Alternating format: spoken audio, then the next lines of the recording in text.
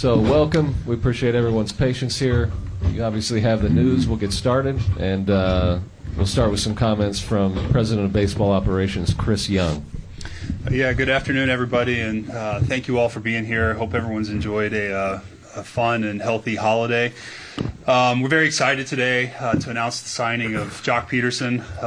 Want to welcome Joc and his family and wife Kelsey to the Rangers organization and to Texas. We're very thrilled that Joc chose the Rangers. Certainly excited about the type of player he is, what he's going to add to our lineup, and how he's going to make our offense better.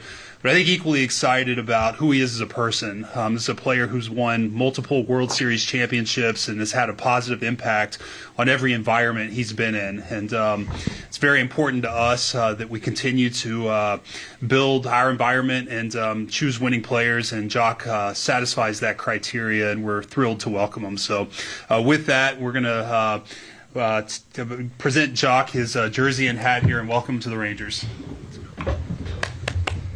You guys are supposed to clap for me.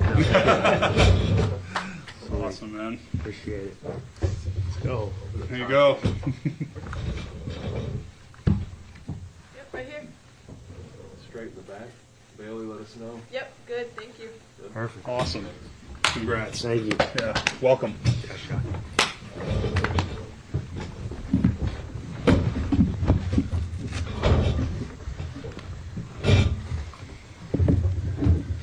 Throw it on.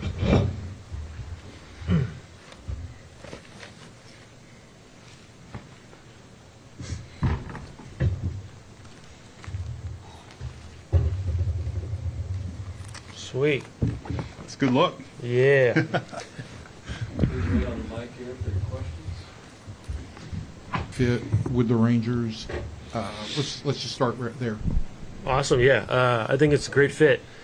A lot of our goals align. CY and the Rangers obviously won a World Series in 23, and they're not satisfied. They want to continue to win, and I want to be in a place that wants to win. They're making moves all around to show and make strides in that direction to win, get back to the playoffs. It's an unbelievable lineup. I think I fit in really well. At a left-handed bat. It's fun to get with Seager again. We won a World Series in 2020. He was MVP, and then he was MVP again. So if we get to the World Series again, he'll probably be MVP, and we'll all be happy. So yeah, I'm just really excited about it. It's gonna be great.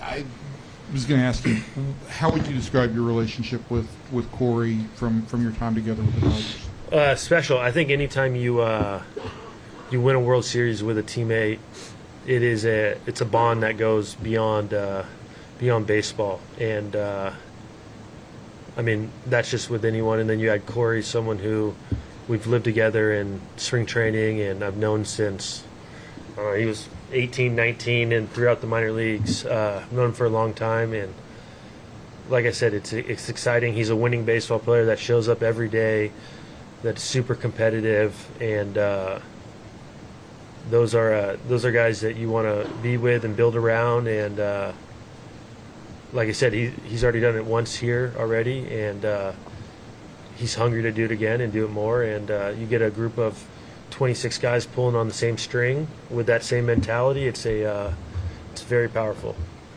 Last thing. See, are you done with the lineup now? I mean, is there anywhere else you can shove another bat? Well, Evan, I think that really came out poorly. We'll always be opportunistic, but I think we're very happy with the way our lineup shapes up right now, and it's been a fun exercise for us in the front office to daydream about potential lineups, and really a great problem to have and how we're going to get everybody in the lineup. But nonetheless, this is a very talented lineup. I know talent on paper is one thing. It's another thing to go out and do it, but we believe we have the right group of competitors that are hungry and want to win, and Joc only adds to that, and we're very excited about his signing and how he fits with our group. Hey, Joc, John Radigan from DLLS. What is your past, if there is any, with Bruce Bochy? So I got to grow up watching him win a lot of World Series with the Giants because I'm from the Bay Area. He was gone when I was with the Giants, but he got to manage me in 2015 at the All-Star game in Cincinnati. He was the manager, and that was my first All-Star game, and that was cool. But then also getting to meet him, like he's a legend for what he did in San Francisco and also here. So I'm looking forward to playing for him, learning from him. He's someone who's been in the game and that successful. They've seen a lot. They know what it takes to win. They're not missing details, and I'm excited to learn from him and play for him. And then what was this process like, Joc, this time around with free agency? Free agency is always interesting. I'm very fortunate that I've been able to be in it a couple times, but at the end of the day, you find out what's important to you and your family, and you try to find a team that matches with those morals and the stuff that you have. And like I said, that's why I think it's a great fit here. They want to win. They're doing things to win. They're extremely family friendly, and it is it's going to be a great place to be a part of. And it's a good time to be a Ranger. Joc, Stephen Hawkins with the Associated Press. Have you had conversations with Corey about where this team was last year and where it hopes to be next year, or is it just the past relationships right now? No, not necessarily about that. It's kind of been a whirlwind of just me signing and whatnot, and I've talked to him just a little bit. Marcus Simeon reached out, and they even added me to the group text, so I'm on the thread, so it's official. But everyone's hungry to get back, and I think being a part of a World Series team, there's a satisfaction that like you accomplished a goal. And then sometimes it's hard to come back. And that's some teams start off a little slower and can bounce back. Some teams don't bounce back. And this team is ready to bounce back. And we're ready to go and get back in the playoffs. And,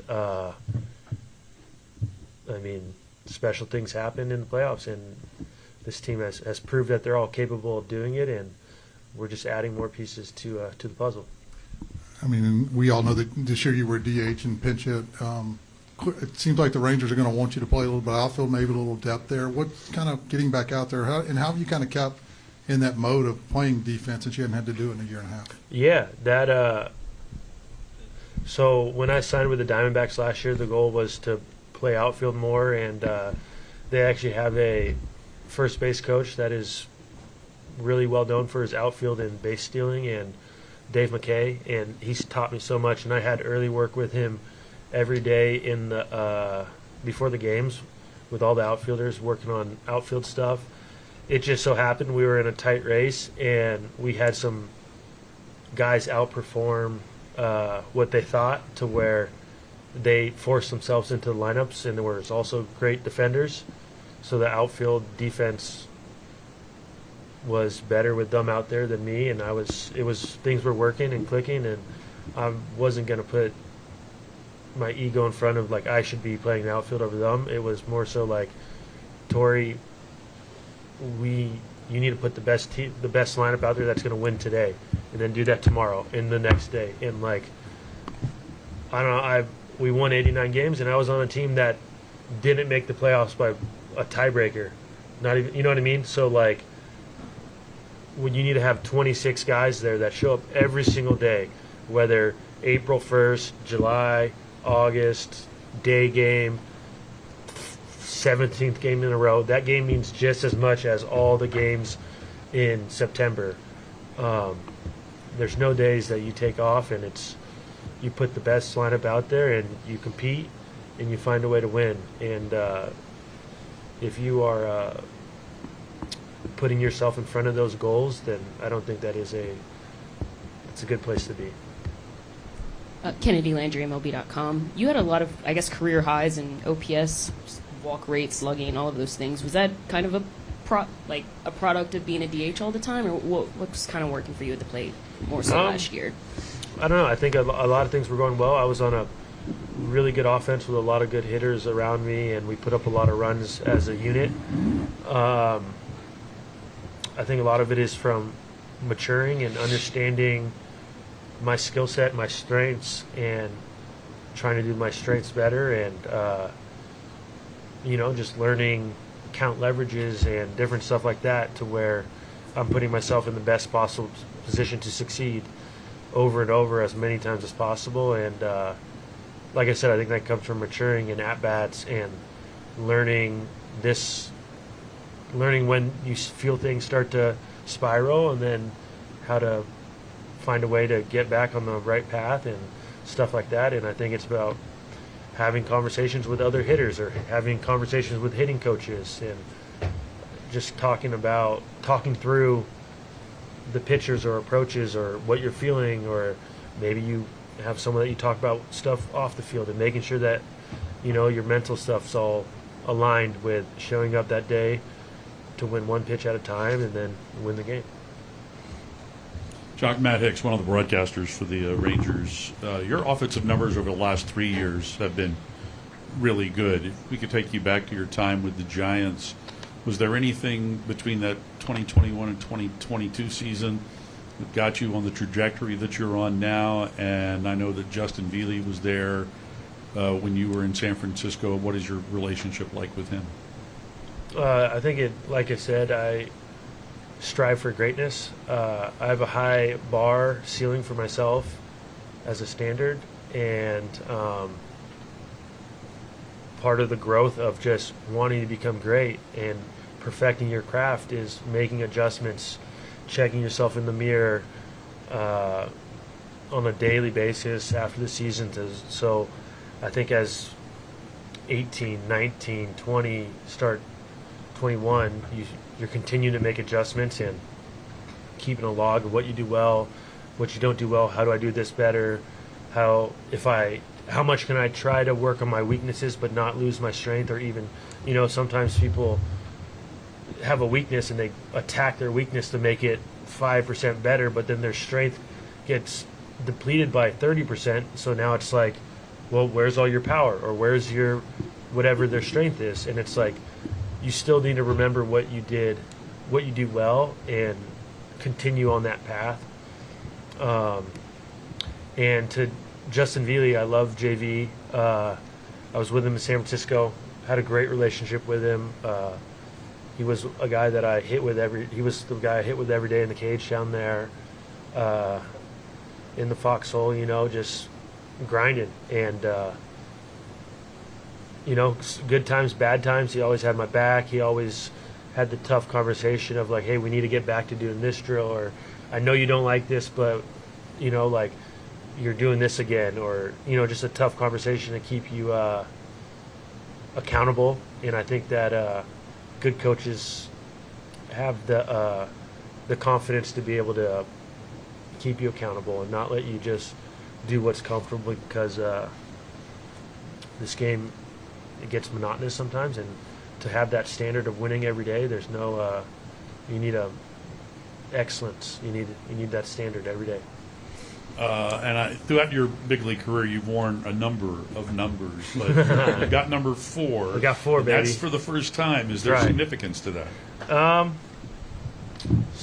Yeah, I mean, I think the biggest one would be I have 4 kids, so number 4 seemed right.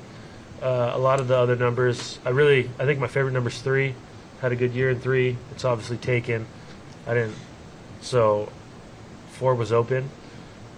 I've had a new number on every team, so my wife was like, just, get another new number. 4 was there, and it all made sense. So I'm all in on 4.